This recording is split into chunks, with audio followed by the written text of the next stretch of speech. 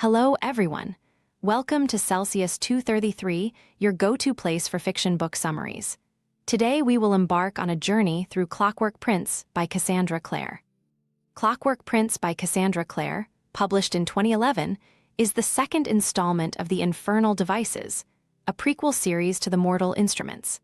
Set in the magical underworld of Victorian London, it continues the journey of Tessa Gray, caught between unraveling her mysterious origins and the brewing war between the Shadowhunters and their enigmatic foe, the Magister.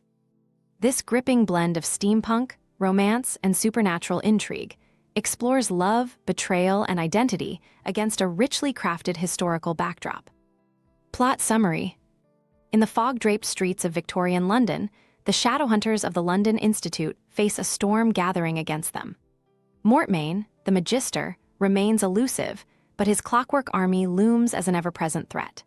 Tessa Gray, sheltered within the Institute, struggles to reconcile her mysterious shape-shifting powers with the knowledge that Mortmain seeks to exploit her abilities for his dark designs.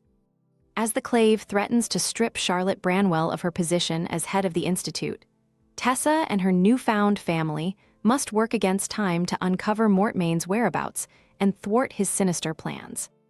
The story opens with a meeting of the Clave, where Benedict Lightwood challenges Charlotte's leadership, accusing her of failing to protect the Institute and stop Mortmain. To retain her position, Charlotte is tasked with locating Mortmain within 2 weeks. With her husband Henry and their loyal charges Will Herondale, Jem Carstairs, and Tessa, Charlotte sets out to unravel the web of secrets Mortmain has left behind. Tessa, grappling with the duality of her existence, grows closer to Jem, whose quiet kindness offers solace. His terminal illness, caused by a dependence on the drug Yin Fen, casts a shadow over their deepening connection. Yet Tessa's heart remains torn, for Will Herondale, with his sharp tongue and wounded soul, occupies a space she cannot ignore.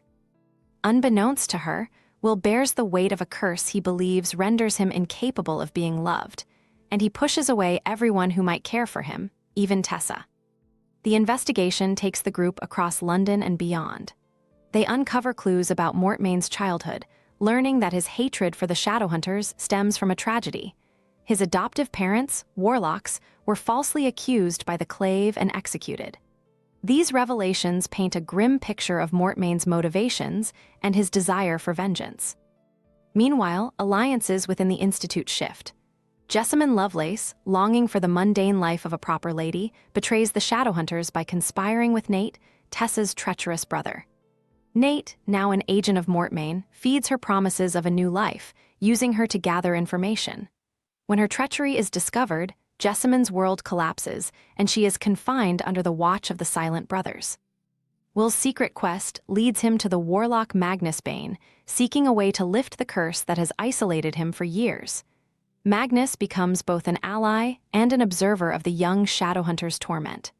Through these encounters, Will's facade begins to crack, revealing the depth of his suffering. Tessa, Jem, and Will journey to Yorkshire, where they uncover one of Mortmain's strongholds. The manor, filled with clockwork soldiers, holds horrifying truths.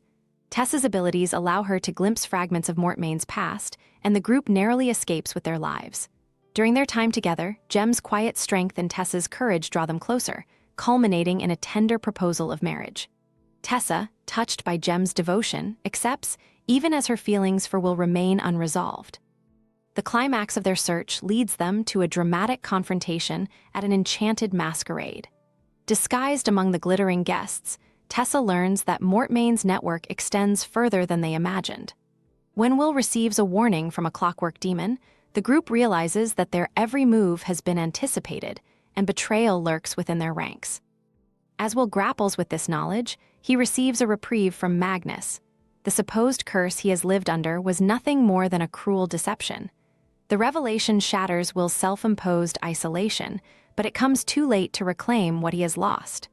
Determined to atone, he recommits himself to the fight against Mortmain. In the closing hours of the story, the Shadowhunters learn that Mortmain has retreated beyond their reach, but his plans remain in motion. The Magister sends a final blow, delivering the drug Yin Fen directly into Jem's hands, ensuring his continued dependence and tethering the group to his will. Tessa, heart heavy with secrets and love unspoken, faces an uncertain future.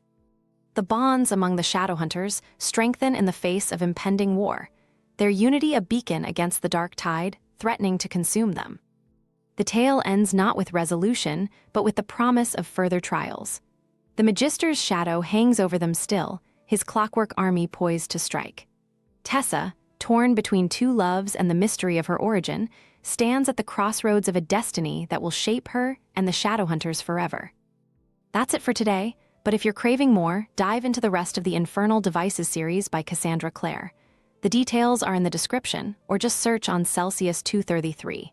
Remember, while our summaries capture the essence, they can never replace the full experience of reading the book.